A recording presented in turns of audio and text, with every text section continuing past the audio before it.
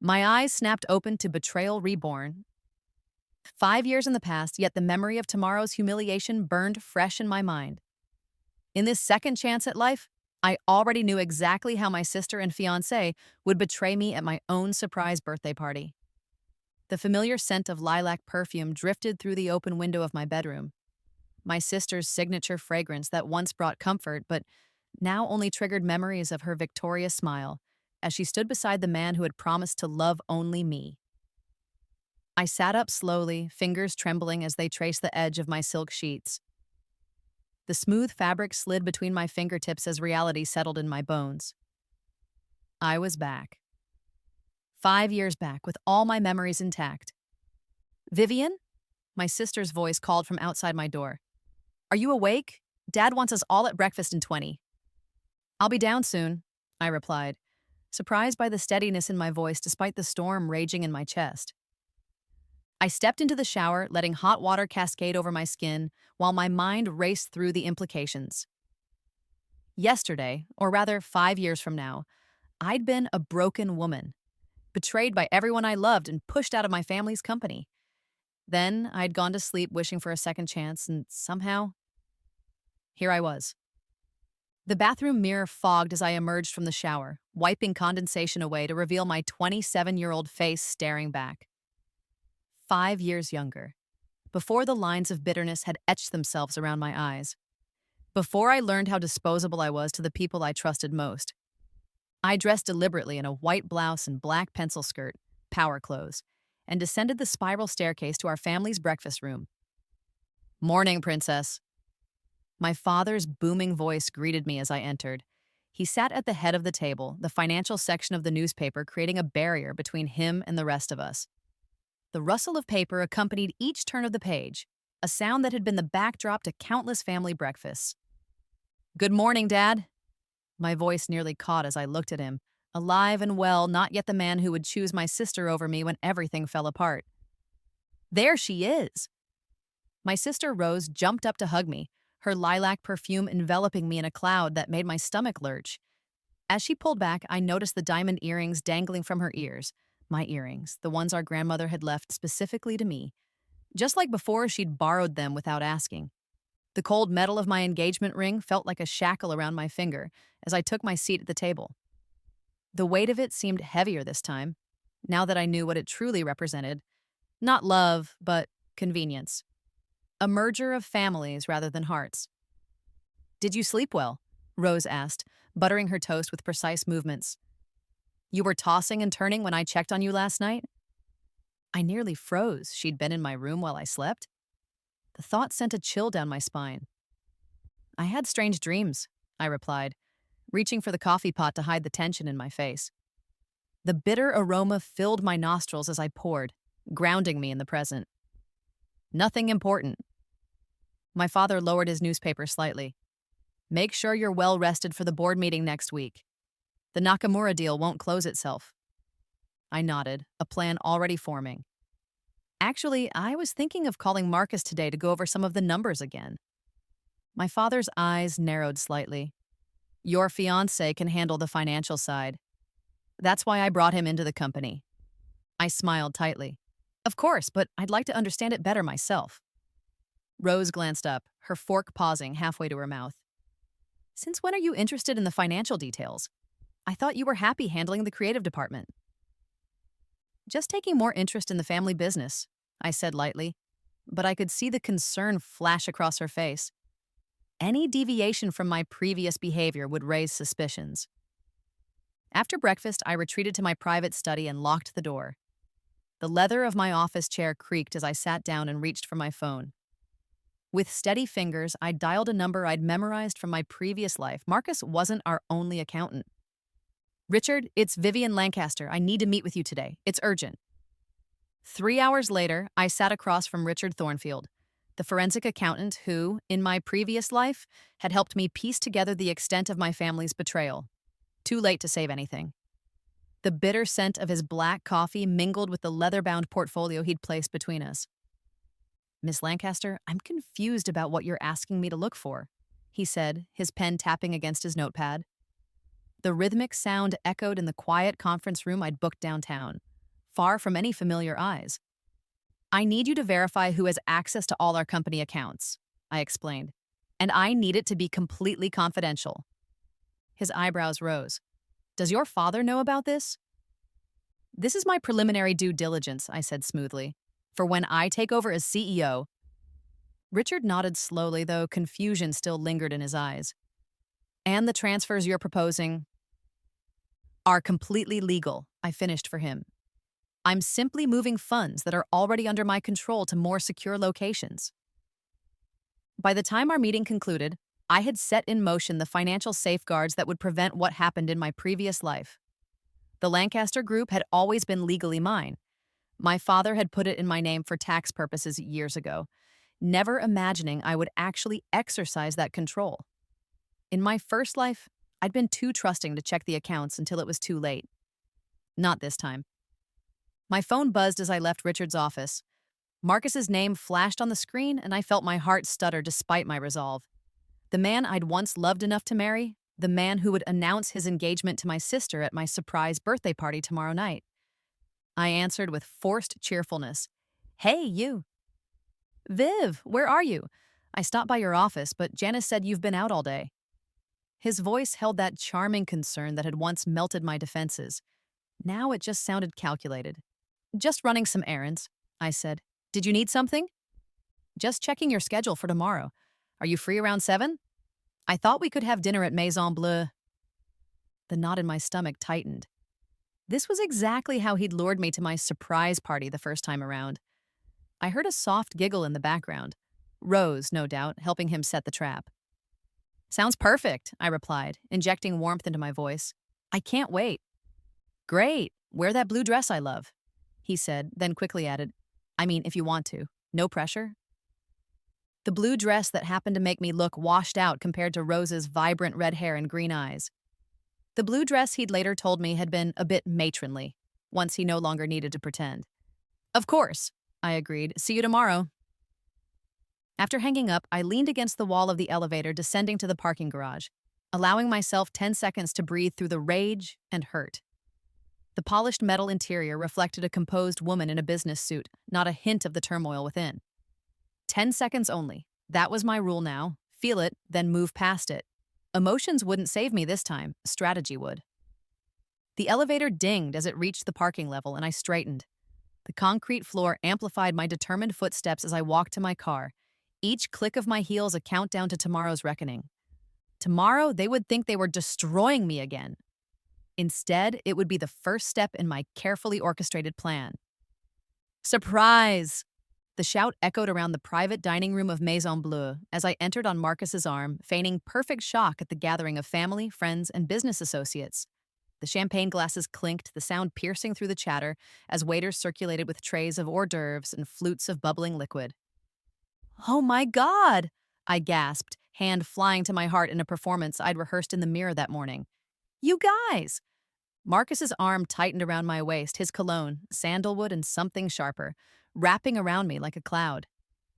Happy early birthday, sweetheart. My father stepped forward to kiss my cheek, the scratch of his beard against my skin so familiar it almost broke my composure. You deserve it, princess. I scanned the room, noting who was present. The same crowd as last time. My father's business partners, a few of my college friends who'd lost touch after my breakdown, and Rose's theater group who had never liked me much anyway. The room hummed with conversation and laughter, the crystal chandeliers casting everything in a flattering golden glow. I can't believe you did all this, I said to Marcus, knowing exactly who had really organized everything. My sister stood by the cake table, resplendent in a green dress that complemented her eyes, her red hair cascading over one shoulder. She caught my gaze and raised her champagne glass in a mock toast, a secretive smile playing at her lips. The evening progressed exactly as I remembered. The same toast, the same jokes at my expense disguised as affection. The same moment when my father clinked his glass to call for attention. Just like before, Marcus moved to stand beside him, a conspiratorial grin on his handsome face. If I could have everyone's attention, my father announced, his deep voice silencing the room. We're actually celebrating 2 wonderful occasions tonight. I felt eyes turn to me, expecting the traditional birthday speech. but I knew better. I took a sip of champagne, the bitter taste flooding my mouth as I braced myself. As you all know, Vivian's birthday is next week, my father continued. But tonight, I'm thrilled to announce some news that will make our family even stronger. Marcus stepped forward, his green eyes finding mine with a look of practiced apology. Vivian, I hope you'll understand. Sometimes the heart wants what it wants. A confused murmur rippled through the crowd. My college friend Melissa leaned toward me, whispering, "What's happening?" I didn't answer, just kept my eyes on Marcus as he reached out. Not for me, but for my sister. Rose stepped forward, her face a perfect mask of regretful happiness as she took his hand. Rose and I have fallen in love, Marcus announced to the stunned room. And today, she agreed to become my wife. The gasps around me created a symphony of shock. I watched as Rose extended her left hand, where my grandmother's emerald ring, the one I'd thought was being resized for me, glittered under the chandelier lights. We didn't mean for this to happen, Rose added, her voice trembling with practiced emotion. But we couldn't fight our feelings any longer. All eyes turned to me, waiting for the breakdown they'd soon be gossiping about over brunches and business meetings. The air conditioner hummed loudly in the sudden silence, the cold air raising goosebumps on my exposed arms. I set down my champagne glass with deliberate care, feeling the smooth crystal against my fingertips. Then I did what no one expected. I smiled. I'm happy for you both, I said, my voice clear and steady. Truly. The confusion on their faces was almost worth the humiliation. This wasn't in their script. In my previous life, I'd crumbled publicly. Tears, accusations, fleeing the restaurant while photographers my sister had tipped off captured my distress for the society pages. Vivian? My father looked uncertain, his bushy eyebrows drawn together in confusion. I walked toward the newly announced couple, the click of my heels against the hardwood floor punctuating each step. The room held its collective breath as I stopped before them, the scent of Rose's lilac perfume mingling with Marcus's sandalwood cologne in a nauseating combination. Life is too short for regrets, I said, embracing first my sister, then Marcus. I wish you every happiness. As I hugged Marcus, I whispered in his ear, I hope she's worth what this will cost you. He pulled back, a flicker of uncertainty in his eyes, but I was already turning to address the room. Let's celebrate, I declared, raising my refilled champagne glass. To new beginnings. The party resumed with an undercurrent of awkward tension. I circulated among the guests with a serene smile, accepting condolences with grace and deflecting pity with humor. All the while, my mind was on the 7 a.m. meeting I'd scheduled with our corporate security team.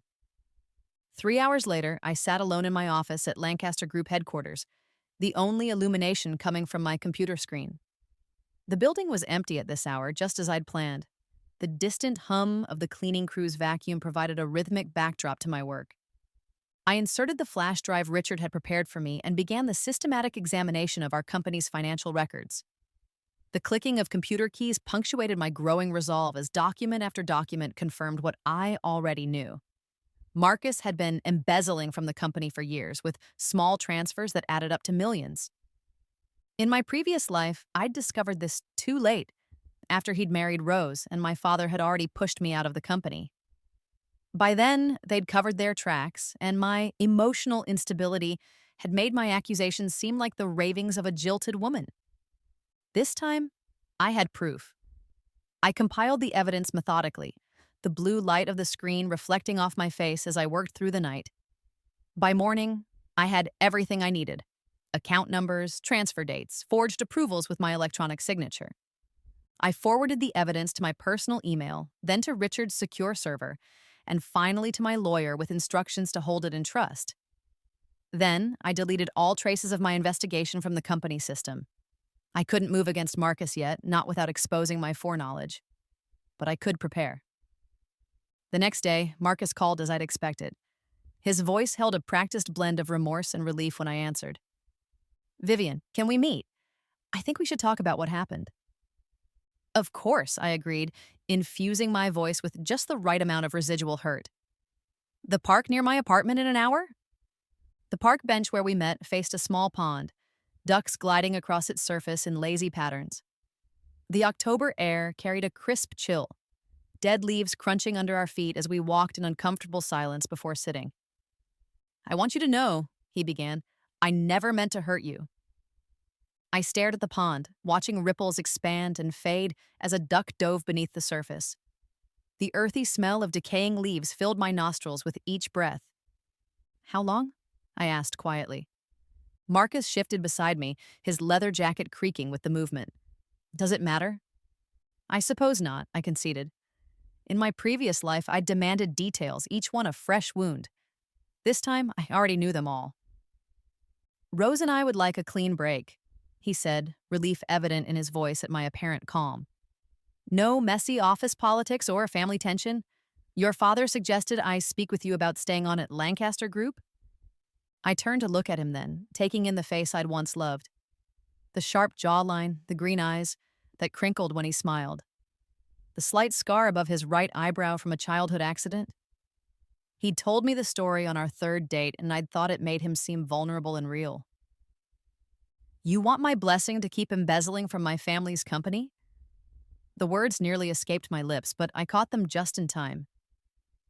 Instead, I nodded slowly. "I think that would be for the best. We're all adults, after all." The relief that washed over his face was almost comical. He'd expected tears, recriminations, threats. My acceptance threw him off balance. "There's one more thing," he said, reaching into his pocket. "Your grandmother's ring. Rose thinks it might be better if we use something else. Given the circumstances." He held out the emerald ring, my inheritance, with an apologetic smile. The sunlight caught the deep green stone, sending sparks of color dancing across his palm. "Of course," I said, taking it from him. The metal was warm from his pocket, the weight of it familiar in my hand. "I'm sure you'll find something perfect." As our meeting concluded, I reached out to embrace him. "I wish you and Rose nothing but happiness," I said, my chin resting on his shoulder.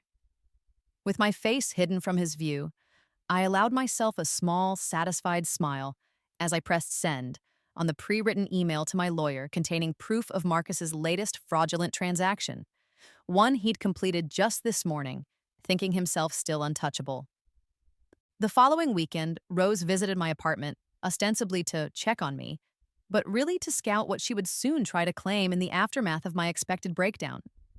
In my previous life, I'd been too devastated to notice how her eyes cataloged my possessions as we spoke. "This place always feels so peaceful," she commented, running her fingers along the spines of books on my shelf. The gentle rasp of her manicured nails against leather bindings grated on my nerves. "Thank you," I replied, setting down a tray with tea and cookies. The porcelain cups clinked delicately against their saucers. "It's my sanctuary." Rose wandered to the large abstract painting that dominated one wall, a Rothko-inspired piece that had quadrupled in value since I'd purchased it from an up-and-coming artist. "I've always loved this," she said with practiced casualness. "It ties the whole room together." "Do you think so?" I glanced at the painting as if seeing it anew. "I've been thinking it might be time for a change." Her eyes lit up exactly as I'd anticipated. "If you're redecorating, I'd be happy to take it off your hands. Just to keep it in the family, of course." The eagerness in her voice was barely concealed. In my previous life, she'd claimed most of my art collection during my downward spiral, selling pieces to fund her lifestyle with Marcus once they'd drained their own resources. "You know what?" I said, moving to stand beside her. "Why don't you borrow it? And the Jensen sculpture in the hallway that you've always admired. You and Marcus should have beautiful things around you as you start your life together."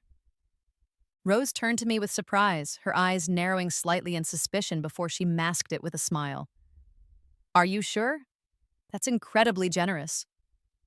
"What is family for, if not to support each other?" I replied, sipping my tea. The hot liquid warmed my throat, fortifying me against the coldness I felt toward the woman who had once been not just my sister, but my best friend. As Rose left that afternoon, arms laden with borrowed artwork worth over $500,000, I made a quick call to my insurance company to document the loans and their conditions, including the stipulation that they must be returned upon request or financial restitution would be required. Another piece of my plan clicked into place, as neat and precise as the sound of my front door locking behind her retreating figure. The whispers reached me before I even stepped off the elevator Monday morning. Conversations halted abruptly as I walked past, only to resume in hushed tones once I'd turned the corner. The office felt different, the air heavier, charged with unspoken words that scraped against my skin like sandpaper. "Good morning, Janice," I greeted my assistant as I passed her desk. She looked up with a smile that didn't reach her eyes. "Good morning, Miss Lancaster. Your father would like to see you in his office when you have a moment." "Thank you," I replied, noting how she avoided direct eye contact. "Could you bring me the Nakamura files first? I'd like to review them before the meeting." "Of course," she said, but I caught her glance toward my father's office where his assistant gave a small nod. I closed my office door behind me and took a deep breath. The familiar scent of leather and paper normally calmed me, but today it provided little comfort. My phone buzzed almost immediately, a text from my college friend Melissa. "Are you okay? Just heard rumors about you having a breakdown after the party. Call me." So it had begun.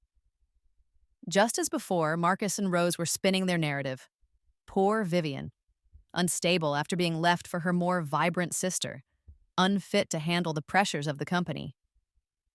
I didn't respond to the text. Instead, I pulled up the recorded meeting minutes from the previous week, when I'd quietly installed a new protocol requiring two-factor authentication for all financial transfers over $10,000.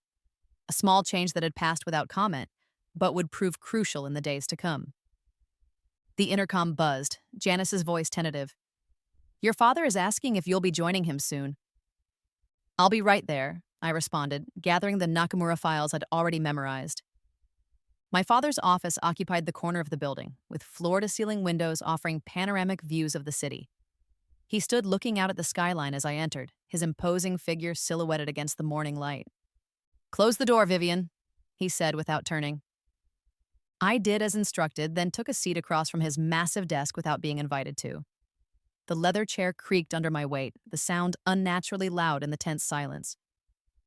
"I've been hearing some concerning reports," he began, finally turning to face me. The heavy scent of his expensive cologne, the same one he'd worn throughout my childhood, wafted toward me, no longer comforting but nauseating.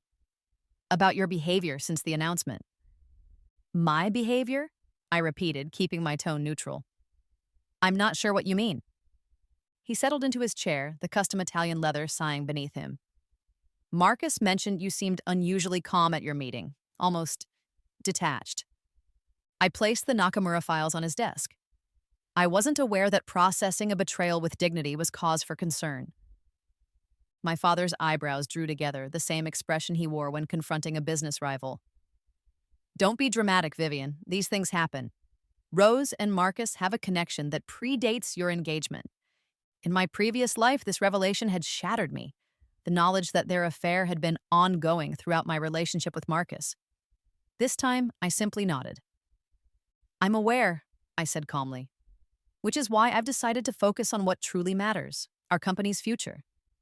The Nakamura deal, for instance, has several overlooked opportunities I've outlined on page 12. He ignored the folder.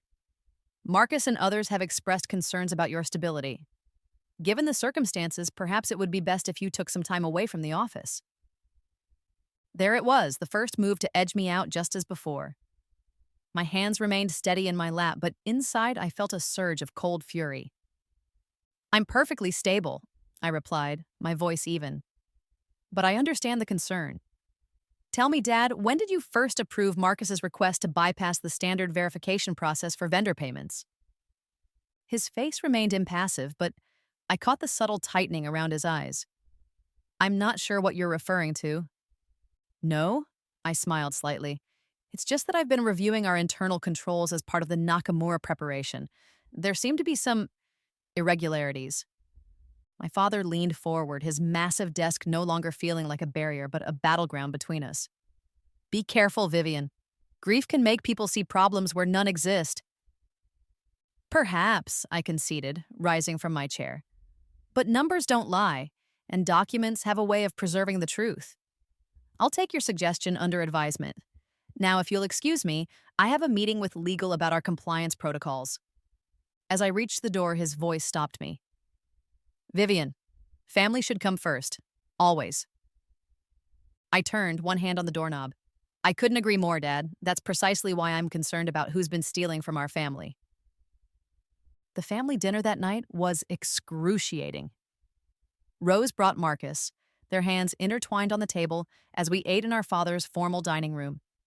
The chandelier cast harsh shadows across their faces, the crystal tinkling slightly whenever the heating system activated with a low hum. I've been meaning to ask, Rose said, taking a delicate bite of her salmon. Will you be attending the charity gala next week? It might be best if you skipped it this year, given everything. The charity gala was Lancaster Group's biggest social event of the year, where we announced our annual initiatives and courted potential partners. In my previous life, I'd allowed myself to be pushed out of attending. The resulting photos of Rose, Marcus, and my father, presenting a united front, had cemented the narrative of my exclusion from both family and business. Actually, I replied, taking a sip of wine, I've already confirmed my attendance. The Nakamura family specifically requested I be there to discuss their investment. My father set down his fork with a sharp clink against fine china. The Nakamuras? When did you speak with them? Yesterday, I said casually. Hiro called to express his condolences about my broken engagement. Apparently, news travels fast. This was a calculated move. In reality, I'd cultivated a relationship with Hiro Nakamura over the past week, something I'd failed to do in my previous life, and secured his support for my leadership. You had no authority to discuss business matters with them, my father said, his voice dangerously quiet. Marcus is handling that account. Marcus shifted uncomfortably, his knife scraping against his plate with a sound that set my teeth on edge. It's fine, Robert. I'm sure Vivian was just being polite. I agreed with a smile that didn't reach my eyes. Just as I was being polite when I mentioned to Hiro that our company would be undergoing a comprehensive audit before finalizing any international partnerships. The silence that followed was thick enough to cut with the silver knives clutched in their suddenly tense hands. Rose's face paled slightly, her freckles standing out in sharp contrast. An audit? She repeated, her voice higher than usual. Why would we need that? It would just delay everything. Transparency is important in international business, I replied easily. Wouldn't you agree, Marcus? He cleared his throat, reaching for his water glass. Of course, but timing is also crucial. Vivian, my father interjected, setting down his napkin with deliberate care. I think it's clear you're still processing recent events. Perhaps you should consider taking a leave of absence. For your health. The words hit exactly as they had before. A public suggestion of instability, a gentle push toward the exit. But this time, I was prepared. My health is excellent, I said, meeting his gaze steadily. But I appreciate your concern. Now, shall we discuss the presentation for the gala? I've taken the liberty of preparing some remarks about our family's commitment to integrity. 2 days later, I accidentally overheard a conversation that, in my previous life, had been the final nail in my professional coffin. Pressing my phone's record button, I quietly positioned myself outside the partially open door of my father's office, where voices drifted out into the empty hallway. She's becoming a problem, my father was saying, his voice tight with frustration. Asking questions about the accounts, scheduling meetings with department heads. I told you she seemed too calm, Marcus replied. The Vivian I know should have been a mess after what happened. Rose's voice joined them, lower and more cautious. She's been different since before the party, more focused. It's unnerving. Whatever the reason, my father continued, we need to accelerate our timeline. After the gala, we'll announce the new executive structure.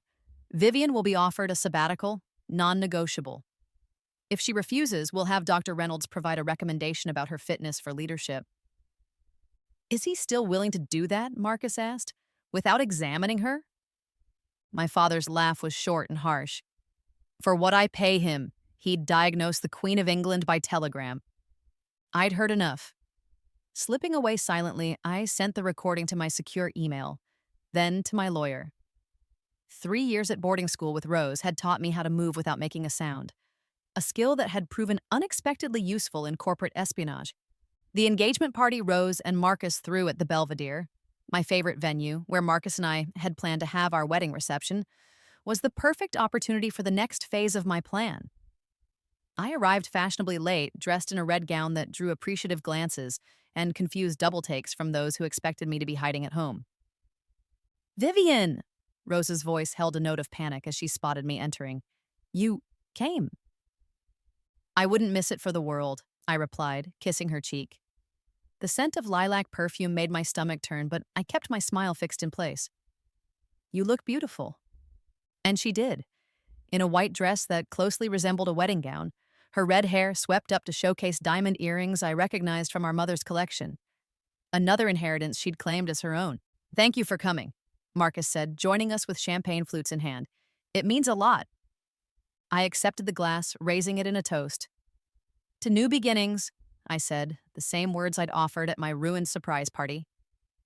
As I circulated among the guests, I made sure to be seen speaking amicably with key business partners and board members, my phone discreetly in hand as I finalized the paperwork that would give me controlling interest in Lancaster Group come morning. When Rose clinked her glass for attention, announcing their wedding date would be on my birthday, to create a new happy memory for that day, I simply smiled and congratulated them while pressing send on an email that would begin the process of freezing several of the company's subsidiary accounts for suspicious activity. Actually, I said, stepping forward as applause died down, I'd love to host your engagement dinner next month, at my penthouse. It would be my gift to you both. The surprise on their faces was worth the discomfort of extending the invitation. Rose recovered first, her eyes calculating even as she embraced me. That's so generous, she gushed. Isn't it, Marcus? He nodded, suspicion warring with relief in his expression. Very generous. What else is family for? I replied, the words hollow in my mouth as I raised my glass once more. If you'll excuse me, I need to make a quick call. In the venue's opulent bathroom, I locked myself in a stall and leaned against the marble wall, allowing myself 5 seconds to breathe through the rage. The cool stone pressed against my back through the thin fabric of my dress, anchoring me to the present moment. This was the night in my previous life when I'd finally accepted the totality of their betrayal. I'd fled the party early, driven to a cliff overlooking the ocean, and contemplated ending everything. Instead, I'd fallen asleep in my car and awakened to the news that Lancaster Group was facing financial irregularities, with my signature on the questionable transactions. This time would be different. This time, I would be the architect of their downfall, not its victim. As I reapplied my lipstick in the bathroom mirror, I noticed something strange in my reflection. For just a moment, my eyes seemed to flash with an inner light, numbers and stock tickers scrolling across my pupils like data on a screen. I blinked, and it was gone, but a new awareness remained. A crystal-clear vision of financial flows, market movements, investment opportunities that hadn't yet materialized. I gripped the marble countertop, steadying myself as understanding dawned. My rebirth hadn't just given me a second chance with my memories intact. It had given me something else, an ability to see financial futures, to track the flow of money like a sixth sense. This explained how I'd known exactly which investments to make this past week, how I'd anticipated market shifts that should have been unpredictable. It wasn't just memory, it was something more. I straightened, a slow smile spreading across my face as I realized the true extent of my advantage. With this gift, I could anticipate and counter every move my family made, and ensure their downfall was even more complete than I'd initially planned. The 3 weeks leading up to the engagement dinner passed in a blur of careful preparations and quiet power moves. I maintained my outward appearance of grudging acceptance while systematically dismantling the financial architecture my father, sister, and ex-fiancé had built over years. Most mornings, I woke before dawn, my mind already racing with financial insights that came to me in dreams. Stock movements, currency fluctuations, acquisition opportunities that wouldn't be publicly known for days. The taste of revenge was sweet as honey on my tongue as I sipped my morning coffee, watching the sunrise paint the sky in colors that seemed brighter in this second chance at life. What no one knew, what no one could possibly know, was that I'd been gathering evidence of their financial misconduct since the day of my rebirth. Every fraudulent transaction, every forged signature, every laundered dollar through shell companies had been meticulously documented and secured in multiple locations. My father's voicemail from 3 days ago played in my mind as I dressed for my meeting with the foreign investors. Vivian, call me back immediately. There's a problem with the Westlake acquisition numbers, and stay away from the Tokyo office. They're not your concern. I smiled at the memory. He had no idea I'd already spoken with our Tokyo partners, securing their support for the leadership transition I was quietly orchestrating. The smooth silk of my blouse slid against my skin as I buttoned it, a sensation that reminded me I was alive, present, and in control. The downtown financial district hummed with energy as I made my way to the private dining room I'd reserved at the St. Regis. The leather portfolio in my hands felt like power incarnate. Inside were the documents that would change everything, ready for signatures. The investors were already waiting when I arrived. Takashi Mori from Tokyo, Elise Laurent from Paris, and Stefan Gruber from Berlin. None of them had existing relationships with Lancaster Group. In my previous life, I'd discovered them too late, after I'd already been ousted. Miss Lancaster, Takashi greeted me, rising from his seat. A pleasure to finally meet in person. The pleasure is mine, I replied, setting my portfolio on the polished table. The weight of it made a satisfying thud against the wood. Thank you all for coming on such short notice. Elise's sharp eyes assessed me. Your proposal was intriguing, especially the projections for Q3. Which would seem impossible, Stefan added, if not for your remarkable track record these past 3 weeks. My newfound ability had allowed me to make several high-profile investment calls that had paid off spectacularly, establishing my credibility with these potential partners in record time. Those were merely opening moves, I told them, the scent of fresh coffee filling the room as a waiter silently poured cups for each of us. The rich aroma bolstered my confidence as I continued. Lancaster Group has untapped potential that my current leadership team has deliberately suppressed. You mean your father? Elise said bluntly, stirring her coffee. The gentle clink of her spoon against fine china punctuated her words. And your former fiancé. Yes, I acknowledged. Their mismanagement and, in some cases, outright fraud has held us back for years. Yet you're asking us to invest in this same company? Stefan leaned forward, his skepticism evident. I opened my portfolio and slid documents toward each of them. I'm asking you to invest in a company that will soon have new leadership and a completely restructured governance model, one that includes significant positions for each of your firms.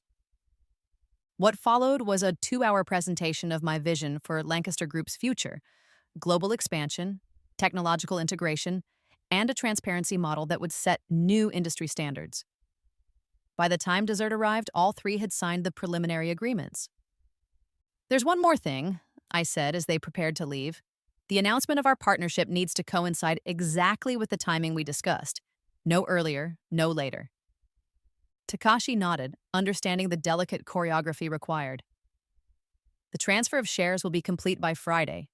You'll have controlling interest before your family dinner. Perfect, I replied, rising to shake their hands. I look forward to our partnership. As I left the St. Regis, my phone buzzed with a text from Rose.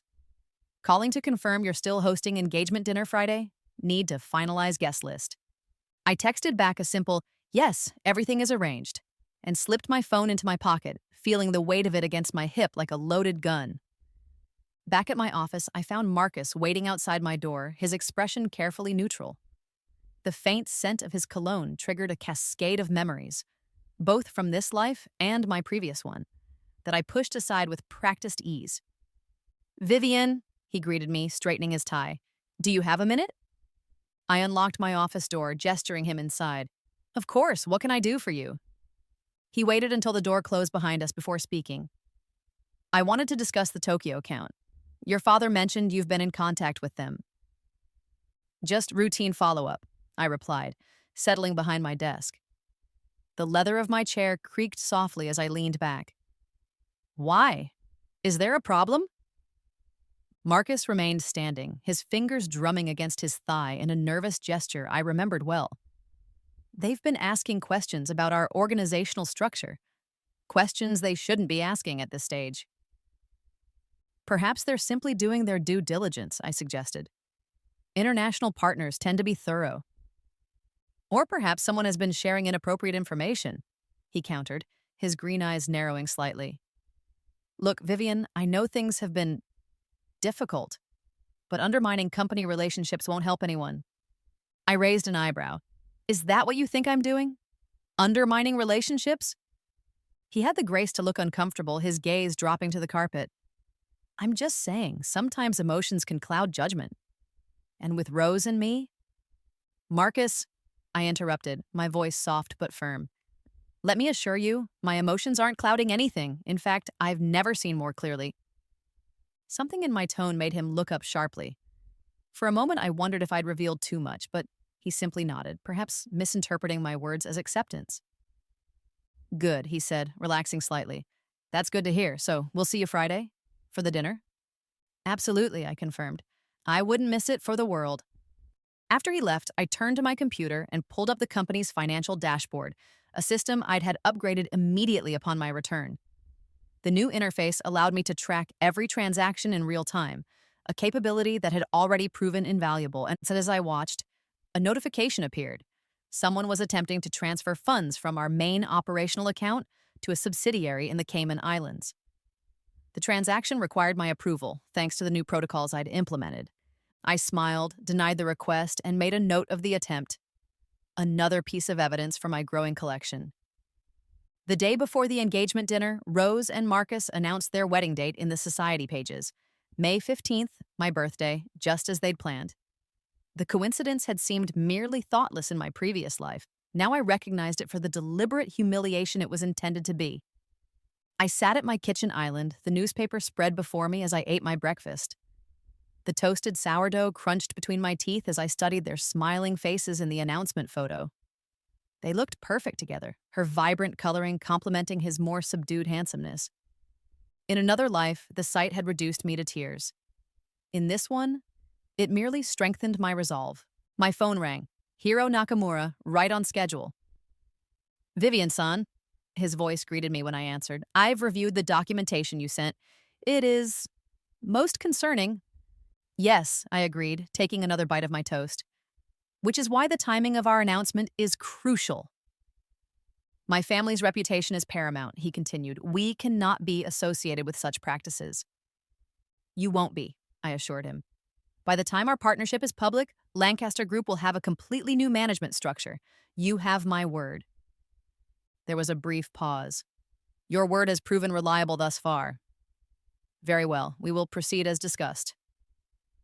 After ending the call, I opened my laptop to check the markets. The numbers scrolled across the screen, but I hardly needed them anymore. My newfound ability allowed me to sense financial movements before they happened, like feeling the vibrations of an approaching train through the tracks. Today I could feel something significant brewing in the tech sector, a shift that wouldn't be apparent to others for at least 48 hours. Acting on this insight, I quickly placed several personal trades, then turned my attention to Lancaster Group's portfolio, positioning our investments to benefit from the coming change. This strange new power had manifested gradually over the past month. At first, I'd thought my successful predictions were simply due to my foreknowledge of events from my previous life. But I soon realized it went beyond that. I could anticipate market movements that had nothing to do with my prior experiences, sense financial opportunities that hadn't existed before. The gifts seemed to strengthen with use, like a muscle developing through exercise. Now, sitting at my kitchen island with coffee growing cold beside me, I closed my eyes and extended my awareness further than I ever had before, searching for patterns in the global financial ecosystem. Images flashed behind my eyelids, currency values adjusting, commodities shifting, stock prices rising and falling in complex patterns. I could see it all, a vast, interconnected web of transactions and value exchanges spanning the planet. And there, in the middle of it all, I could see Lancaster Group. Its true financial state laid bare to my enhanced perception. What I saw confirmed what I'd already suspected. My father, Rose, and Marcus had been systematically looting the company for years, funneling assets into their personal accounts through an elaborate network of shell companies and fraudulent transactions. In my previous life, they'd managed to pin those transactions on me, using my electronic signature and position as the nominal head of the company to make me the scapegoat for their crimes. I'd been too devastated by their personal betrayal to mount an effective defense, and by the time I'd gathered my wits, the evidence had been destroyed. This time would be different. This time, I was ready. I opened my eyes, a plan fully formed in my mind. Tomorrow night's dinner wouldn't just be an engagement celebration, it would be the stage for their complete and very public downfall. Taking a final sip of my now cold coffee, I picked up my phone and made one last call to the catering company handling tomorrow's event. Yes, I'd like to make a change to the audiovisual setup, I instructed. I'll need a projector and screen. Yes, for a special presentation. A surprise for the happy couple. The evening of the engagement dinner arrived with a sense of inevitability. I stood in my penthouse, surveying the transformation of my living space into an elegant dining venue. White roses and lilies adorned every surface, their heady fragrance filling the air. Crystal glasses caught the light from the chandelier, throwing rainbows across the white tablecloth. Everything was perfect, exactly as I'd planned. The caterers moved efficiently around me, putting final touches on the table settings while the bartender arranged bottles behind the makeshift bar. The projector had been discreetly set up, connected to my laptop, but concealed behind an arrangement of flowers until needed. Miss Lancaster? My housekeeper approached, her voice lowering conspiratorially. Your sister just called from the lobby. She and Mr. Donovan are on their way up with your father. Perfect timing, I replied, smoothing down the front of my crimson dress. Please let them in when they arrive.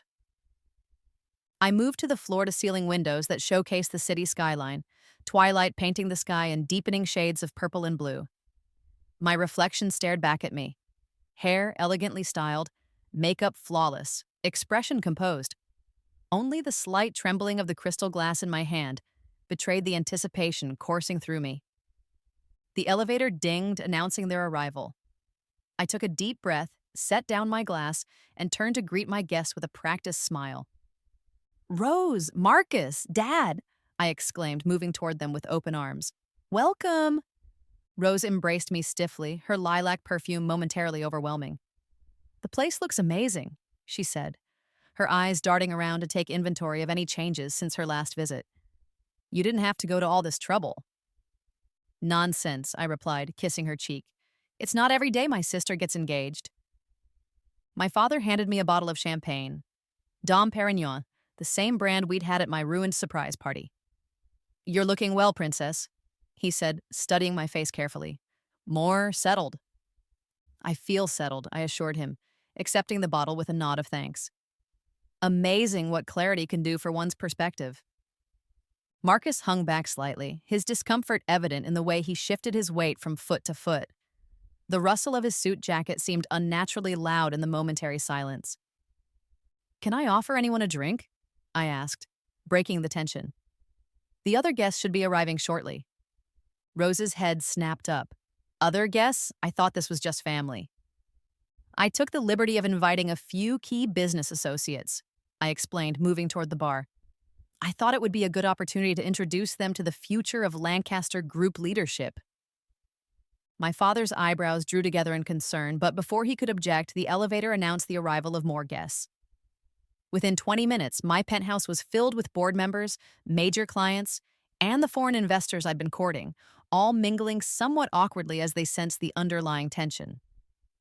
Dinner proceeded with superficial pleasantness, the conversation staying carefully within safe topics, the unusually warm weather, an upcoming charity event, a new restaurant that had opened downtown. I remained the perfect hostess, ensuring glasses stayed filled and steering the discussion whenever it veered toward business. As dessert was served, a delicate creme brulee that cracked satisfyingly under the spoon, I stood and tapped my glass with a silver spoon. The crystal emitted a clear, high note that silenced the table immediately. I'd like to propose a toast, I announced, looking around at the assembled guests. The chandelier light reflected in my crystal glass, sending prisms of color dancing across the white tablecloth. To Rose and Marcus. All eyes turned to the couple, who smiled uncertainly from their places at the other end of the table. When I first learned of their relationship, I continued, my voice steady despite the adrenaline coursing through me, I was, understandably, surprised. A few uncomfortable chuckles rippled around the table.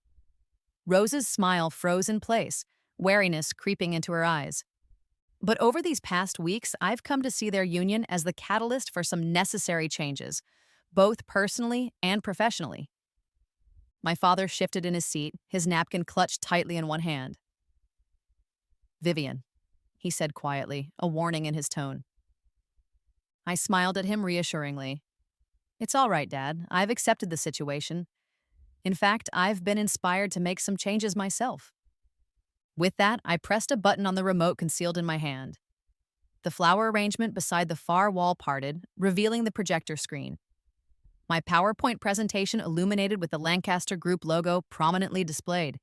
"Since we have most of our board and key partners here tonight," I said casually, "I thought this would be the perfect opportunity to share some recent findings about our company's financial health." Rose half rose from her seat. "Vivian, this isn't the time." "On the contrary," I interrupted smoothly, advancing to the first slide. "There's no better time to discuss integrity and transparency than when celebrating a new partnership." The screen now displayed a series of transaction records, highlighted entries showing suspicious transfers from company accounts to offshore entities. "Over the past month," I continued, my voice taking on a more formal tone, "I've conducted a thorough review of Lancaster Group's financial activities. What I found was troubling. The room had gone completely still, the only sound the gentle hum of the air conditioning. I could feel all eyes fixed either on me or the damning evidence displayed behind me. "These transactions," I said, pointing to the screen, "represent over $20 million diverted from company accounts over the past 3 years.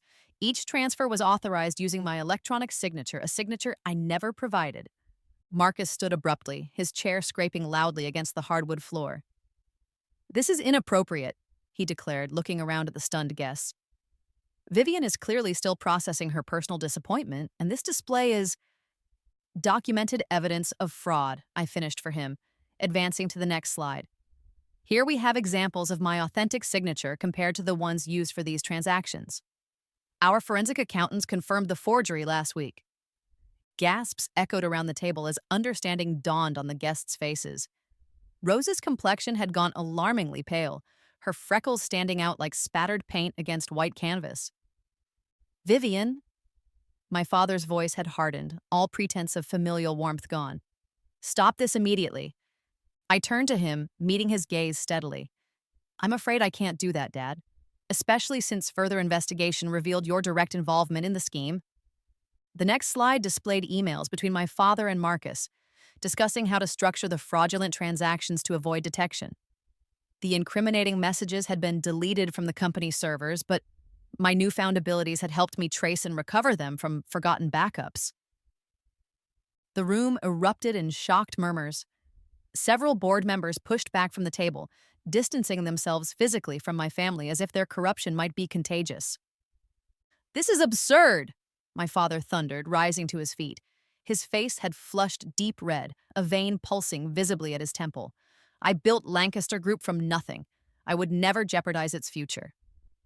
"Perhaps you'd like to explain these then," I suggested, advancing to a slide showing bank statements from his personal account, deposits corresponding exactly to the suspicious withdrawals from company funds, and the evidence was overwhelming, each slide more damning than the last. Bank records, emails, forged documents. I laid bare 3 years of systematic theft that had nearly destroyed the company in my previous life. Rose had begun to cry, mascara streaking down her face in black rivers. "Vivian, please," she begged, her voice breaking. "We can talk about this privately, as a family." "We stopped being a family," I replied quietly, "the moment you chose your own interests over our shared legacy." I advanced to the final slide, a simple statement announcing my acquisition of controlling interest in Lancaster Group, effective as of that morning. The champagne bottle on the sideboard popped at that exact moment, the cork flying across the room like a final punctuation mark. "As of 9 a.m. today," I announced to the stunned room, "I own 67% of Lancaster Group shares. My first act as majority shareholder has been to request a formal investigation into these financial irregularities." I turned to address the board members directly. "You'll find a full report in your email inboxes, along with my recommendations for restructuring the executive team." Marcus lunged forward, his face contorted with rage. You can't do this. The company is a family trust. A trust that named me as the primary beneficiary, I corrected him. A detail you overlooked when forging my signature on those transfer authorizations.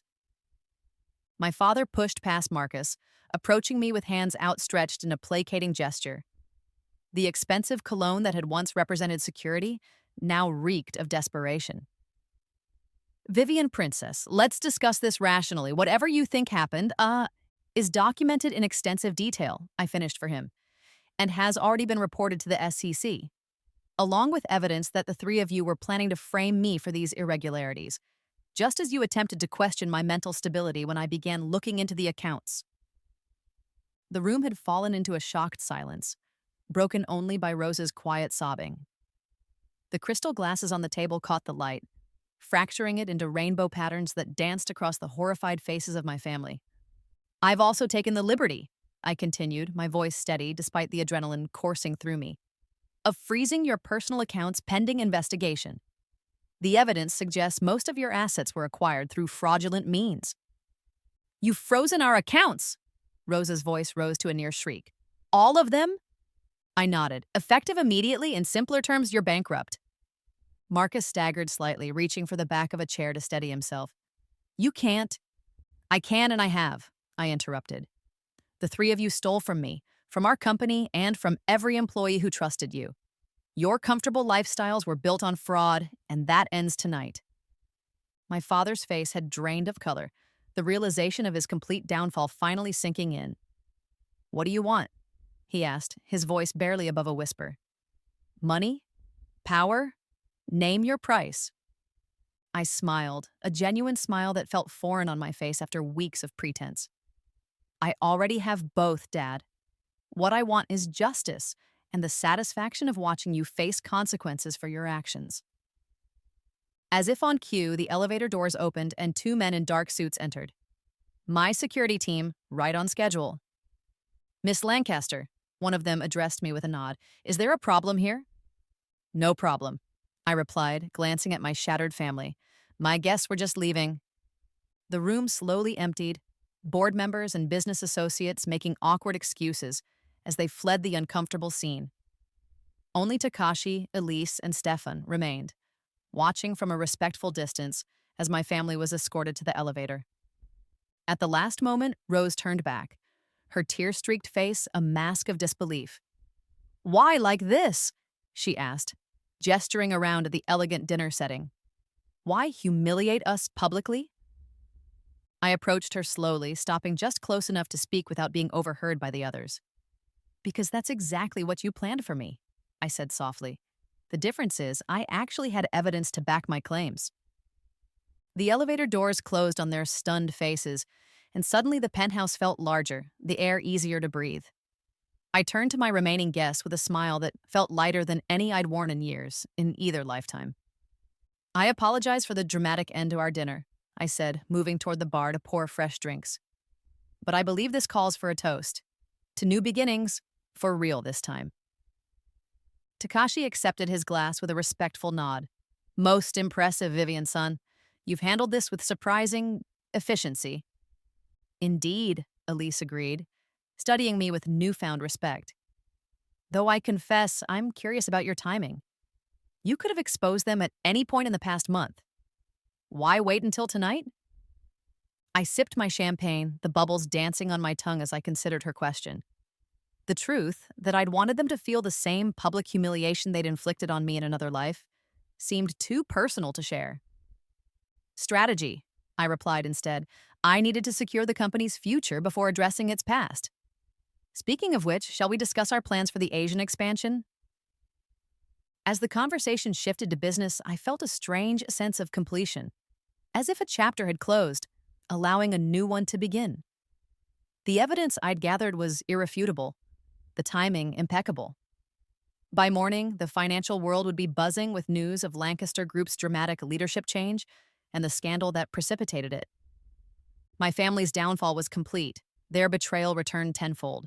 And I, the once discarded daughter, had emerged not just unbroken but triumphant.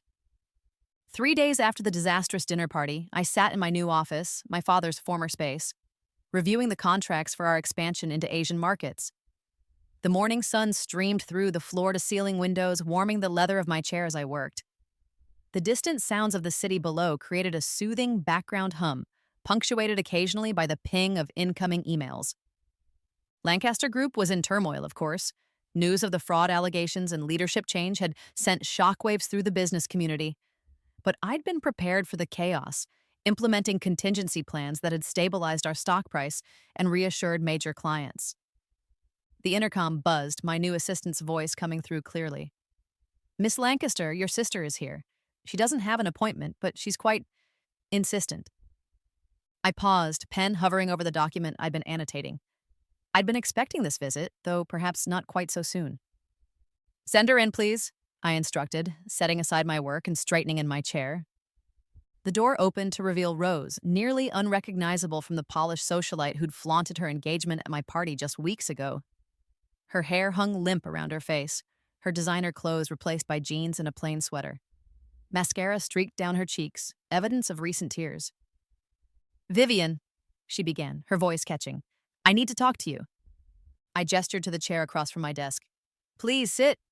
She moved forward hesitantly, perching on the edge of the seat as if afraid to fully commit to her position. The squeak of leather chairs as I swiveled slightly away from her pleas punctuated the tense silence between us. "I've been trying to call you," she said finally. "You haven't answered." "I've been busy," I replied, my tone neutral. "Rebuilding what you three nearly destroyed takes considerable effort." Rose leaned forward, desperation evident in every line of her body. "Viv, please, you've made your point. You've humiliated us, taken control of the company. Isn't that enough?" I studied her face, the face I'd once trusted implicitly. The sister who'd been my confidant and best friend before betraying me in the most personal way possible. "Tell me something, Rose," I said quietly. "If the situations were reversed, if you discovered what I had, would you have shown mercy?" She blinked rapidly, caught off guard by the question. "Of course," she insisted, though her eyes slid away from mine. "We're family." "Family," I repeated, the word tasting bitter on my tongue. "Was that what you were thinking when you and Marcus planned to have me committed? When you spread rumors about my mental stability to prepare the ground for taking over my position?" Her face paled. "How did you—" "It doesn't matter how I know," I interrupted. "What matters is that I do." Rose slumped in her chair, the fight visibly draining from her. "I need money, Vivian," she admitted baldly. "All my accounts are frozen. My credit cards don't work. I can't even pay my rent." "I'm aware," I replied calmly. "The investigation into the fraud is ongoing. Assets acquired through criminal activity tend to be subject to seizure." "But I'll lose everything," she cried, a fresh tear tracking down her cheek. "My apartment, my car." "The apartment I helped you buy," I clarified. "The car that was a gift from Dad, purchased with company funds? Yes, I imagine you will lose those things." Rose stared at me, shock replacing desperation in her expression. "You're enjoying this," she accused, her voice barely above a whisper. "You want us to suffer." I considered her words carefully before responding.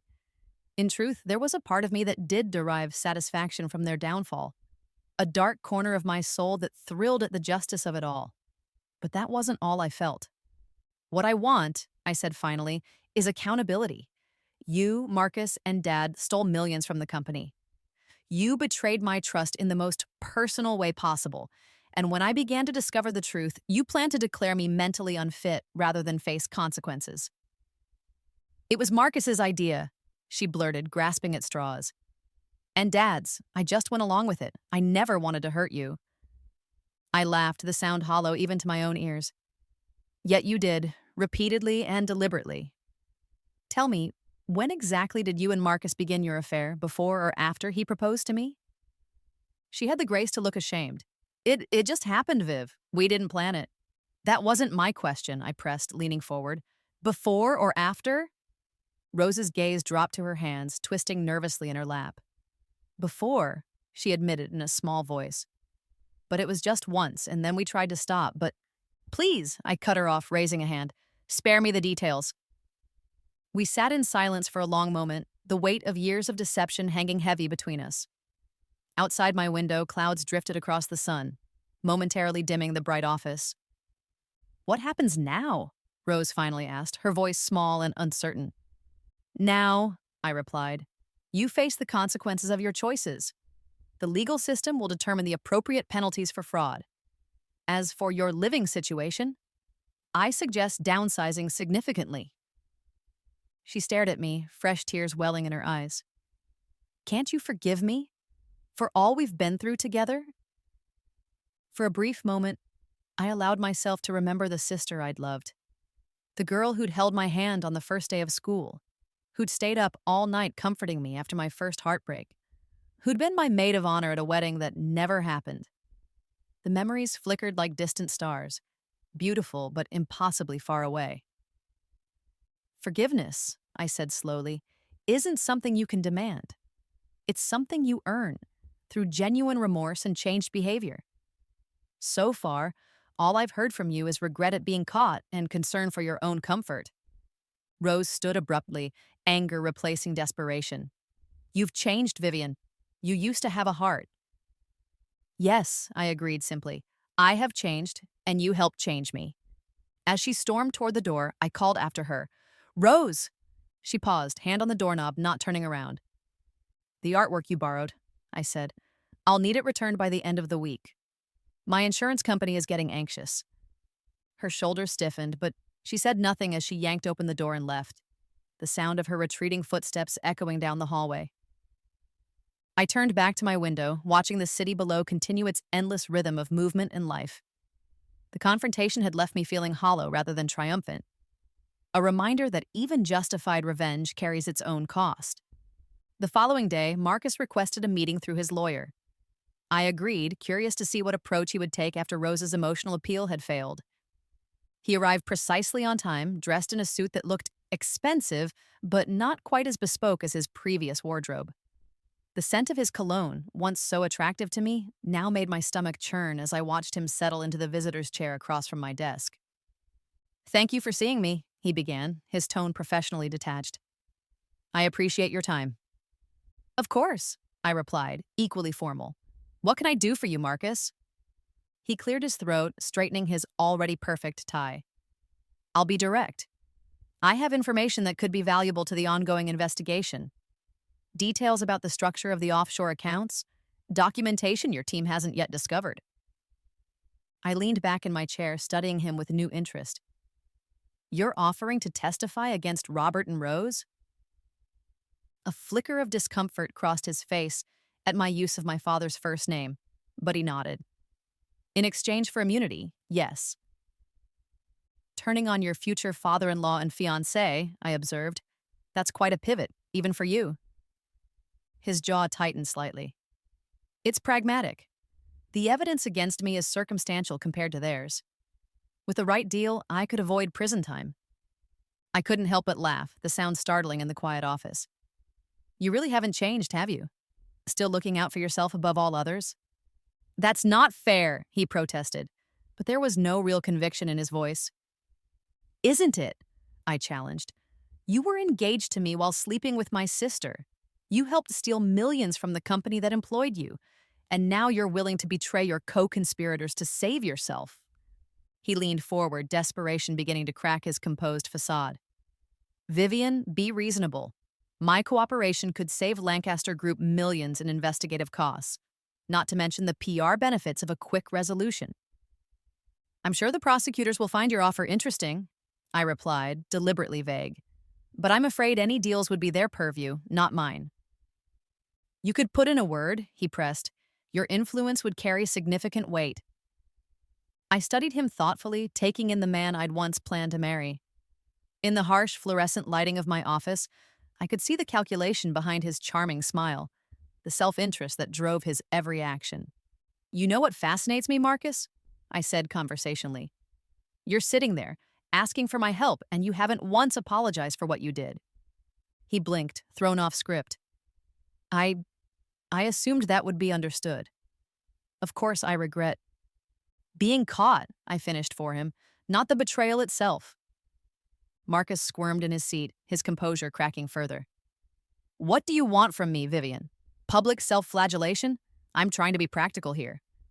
And that's exactly why I won't be helping you, I replied, rising from my chair to indicate our meeting was over. Your practical approach to morality is precisely the problem. You're not sorry you hurt me. You're sorry you lost your position, your status, your comfortable life. That's not true, he insisted, though his eyes wouldn't meet mine. I did care for you, in my way. Your way, I repeated softly. Yes, I suppose you did. I moved toward the door, opening it in a clear dismissal. I'll pass your offer along to the investigators, but I won't be advocating for any special treatment. You made your choices, Marcus. Now you get to live with them. He stood slowly, his expression hardening. You won't get away with this, you know. Robert has connections, contingency plans. I'm counting on it, I replied with a confidence that seemed to unnerve him. Goodbye, Marcus. As he passed me at the door, he paused, lowering his voice. I never thought you had this in you. This ruthlessness.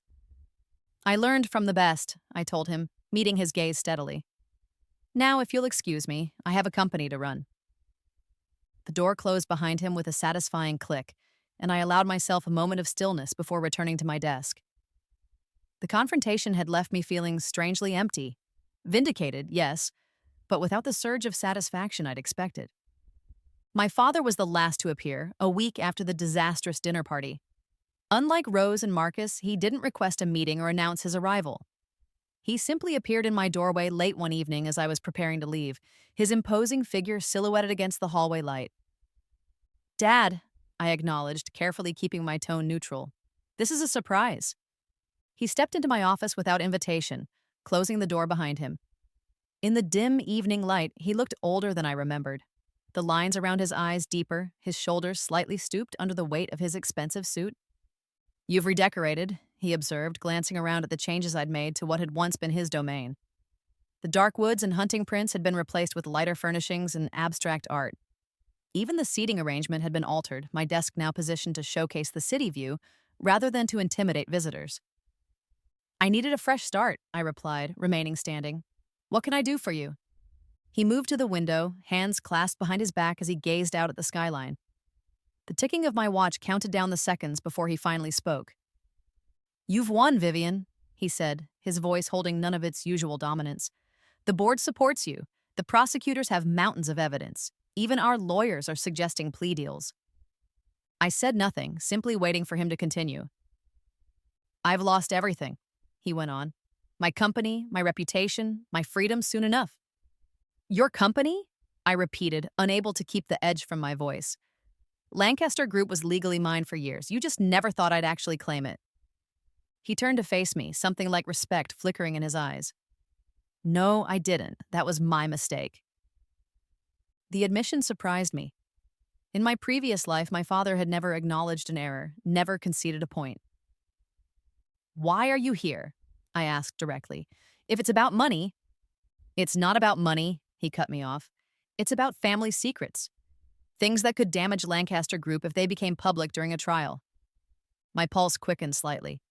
This was a new move, one that hadn't happened in my previous life. What kind of secrets?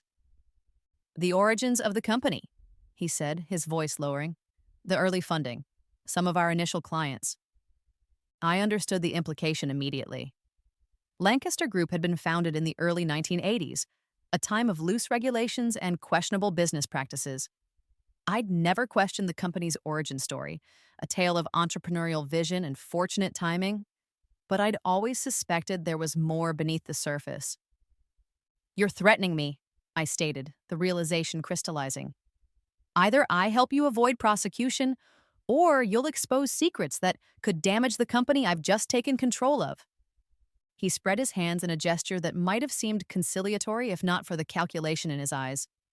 I prefer to think of it as mutually assured destruction. We both have something to lose. I moved to the small bar in the corner of my office, the crystal decanter clinking against a glass as I poured myself a measure of whiskey.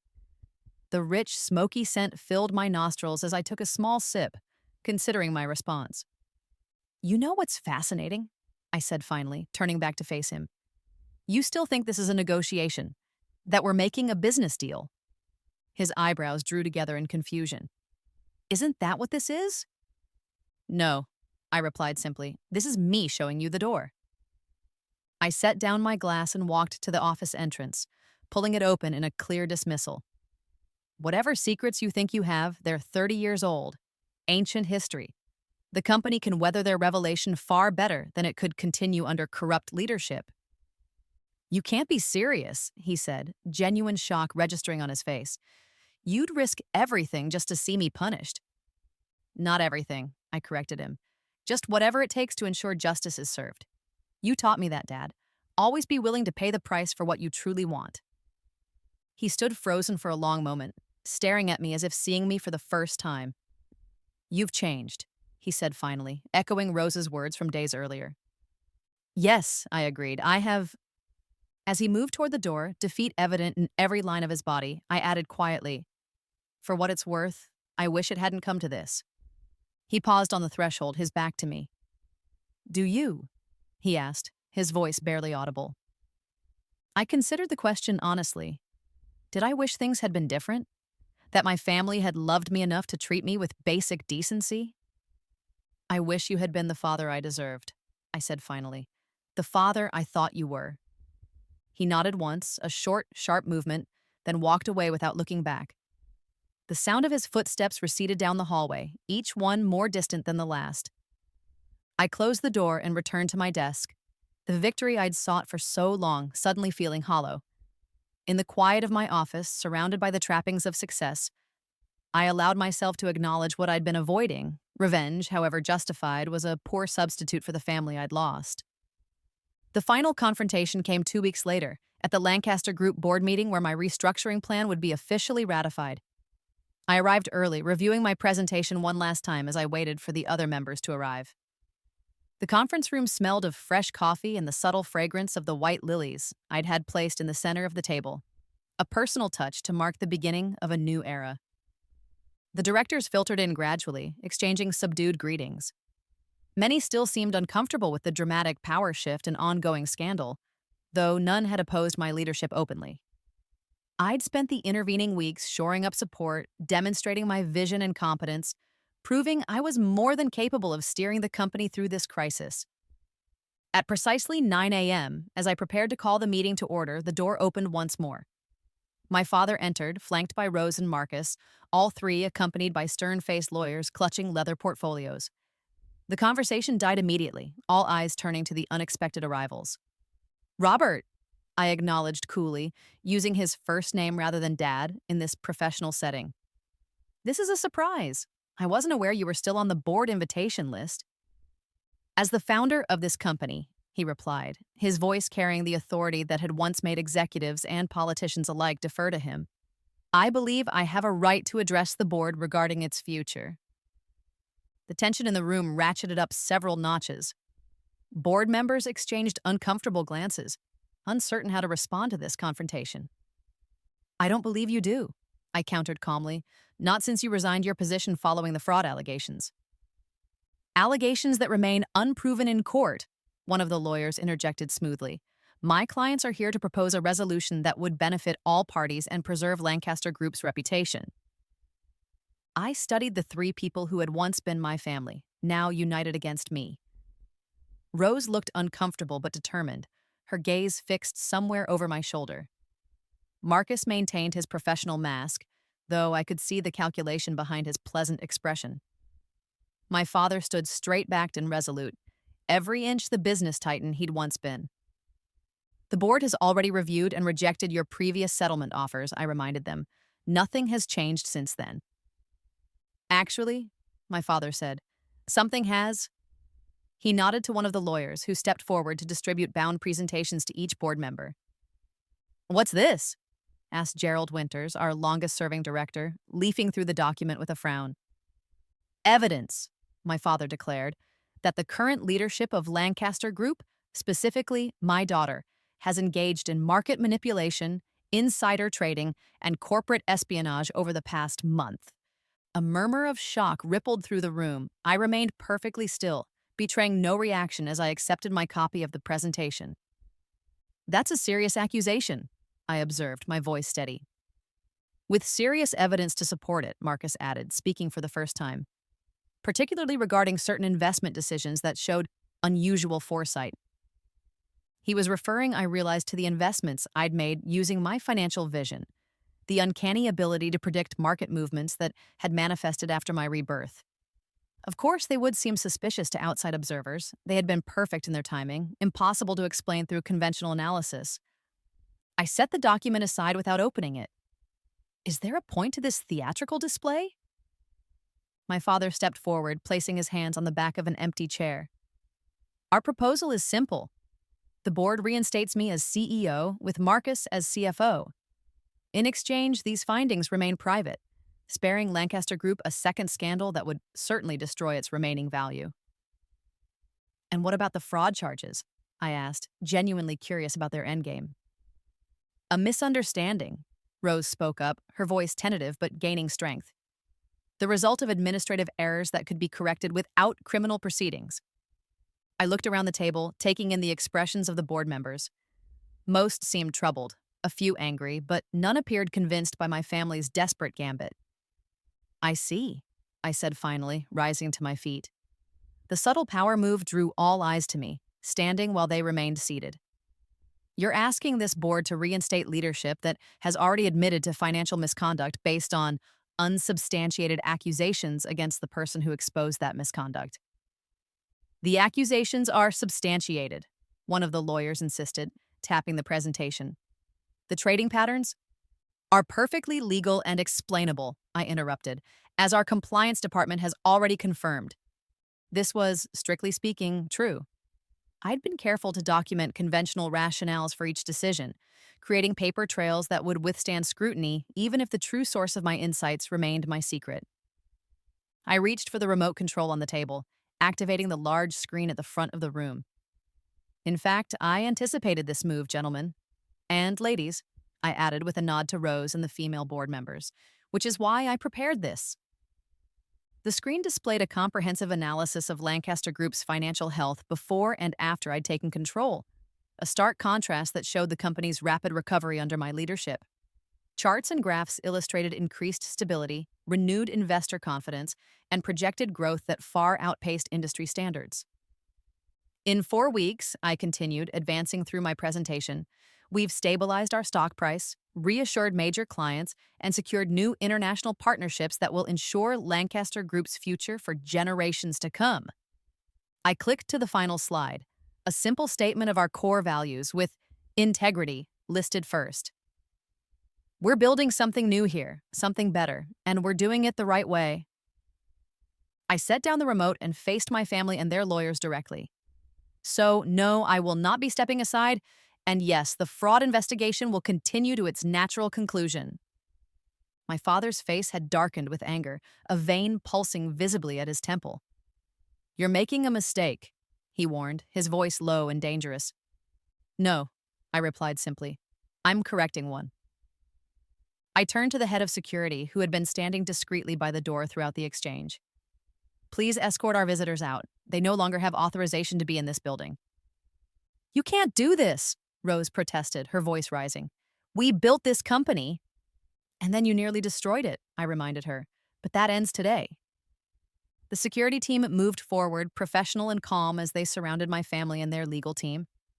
For a moment, I thought my father might physically resist. His hands clenched into fists at his sides, his jaw tight with suppressed rage. But then, abruptly, the fight seemed to drain from him. His shoulders slumped, his expression shifting from anger to something that might have been respect, or perhaps simple resignation.